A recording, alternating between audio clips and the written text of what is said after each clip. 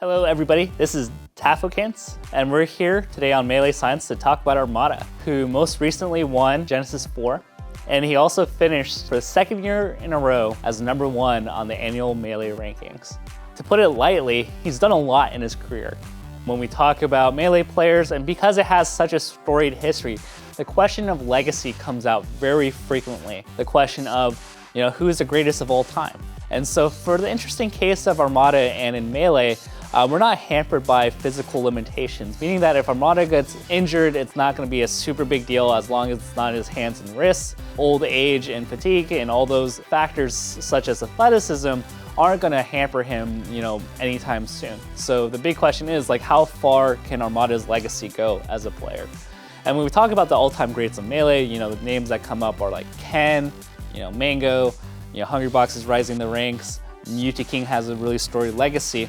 But I want to just kind of recap how significant Armada is right now. And we're going to fast forward to when he enters his first US major in 2009. When he enters Genesis, a lot of people thought because he was European that he did not have a chance to win, that he was probably not very good.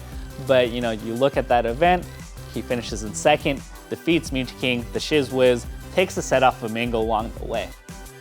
He continues the streak of second places and a fourth place at Pound 4, he's just barely missing out on winning, losing to people like PPMD, Hungrybox, kind of stood in his road. And then finally at Genesis 2, he won his very first US major, continuing a long streak of wins for a while until he decided to retire for a bit because he lacked motivation and the prize money back in 2012-2013 still wasn't quite there. As you guys know, he makes a quick return to Melee, after the community fundraises him and his brother to come to the US for EVO, finishes in 4th, felt that was disappointing and comes back in full force in 2014. And we see him, create accomplishment after accomplishment after accomplishment. You can read about it, I'm not gonna fully list it out. But we're entering a second era of Armada. And by second era, I really mean, when we look at Armada, in 2015 to now, his career and his standing has been phenomenal. We look at 2015, he won his very first EVO, and from then on, it just really didn't seem like he could really lose an event. Other than DreamHack winner at the end of the year where he loses to Hungrybox, his second half of 2015 was relatively spotless. And of course, he begins 2016 winning Genesis 3 to continue on that momentum, and then he goes quiet for a while, doesn't really enter as much, gets second at EVO 2016, mainly because Hungrybox literally played out of his mind and stole victory from Armada's grasp, preventing the second consecutive, EVO for Armada from happening. In the second half of 2016, he literally won everything, other than Big House.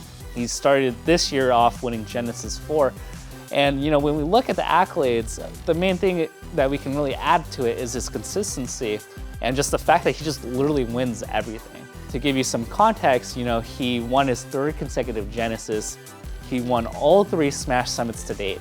And he's the only player actually to have three-peated a major. To this day, no one else has really done that, and that's impressive.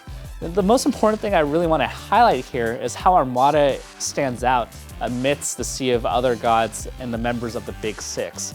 Of course, ever since 2011, we defined the top players of Melee as the 5 gods with Armada, Mango, PP, Hungrybox, and Mutaking, and later on we added Leffen in there. But when we look at recent accomplishments, we can talk about so much about how Armada has separated himself from the pack. When we were at Genesis 4, one of the big stories of that tournament was on day 2, where SCJ took Armada to game 5. Now imagine, a non-Big Six member taking another god to a close set to the last game on game 5.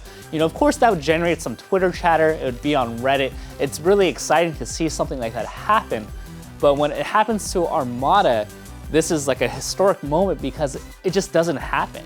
If Hungrybox lost that set, if Mango lost a set, if Mutaking lost a set, or Leffen lost a set to a non-Big Six member, yeah, it's surprising, it's an upset by every definition, but we're not as surprised as if Armada lost a set. Armada is so consistent against non-Big Six members, in fact, that he has not dropped a set since Pound 4, where he lost to Silent Spectre and Omsa. And debatably, Armada was sick that event, And also, Amsa was probably a borderline top 5 player in that respective era in 2010 to 2011, so it's not that big of a loss, to be perfectly honest. But the fact remains that there are so few people that can even take Armada to game 5 in a 5-game set. It's ridiculous. There's only been 5 players, just to name a few: Ice, Axe, Hacks, Fuzziness, and SOG, I believe, are the only 5 players that have actually done it. Now, we're in an interesting predicament for Armada. Not really a predicament, rather, but a situation. There was an article I read recently where it stated that maybe Armada is not one of 5 gods, but he is the one and only. And what's going to be interesting this year, I'm not sure what Armada's motivations are or what his drive is, but if Armada keeps winning, in 2017, he wins EVO, he wins Big House, he wins Smash Summit again, he could really separate himself from the pack as the one and only, as opposed to the best out of 5. Of course, Armada is not invincible. People will say, well, hey, like, he has close sets with Mutaking. Mango had a better record in the head-to-head last year. Hungrybox still can take sets from time to time, and Leffen gives him trouble. But still, the fact of the matter is that Armada is winning these events. He's getting the better end of these players right now, and despite the fact that many of these sets are close, Armada is still winning. And that's what's most impressive to me.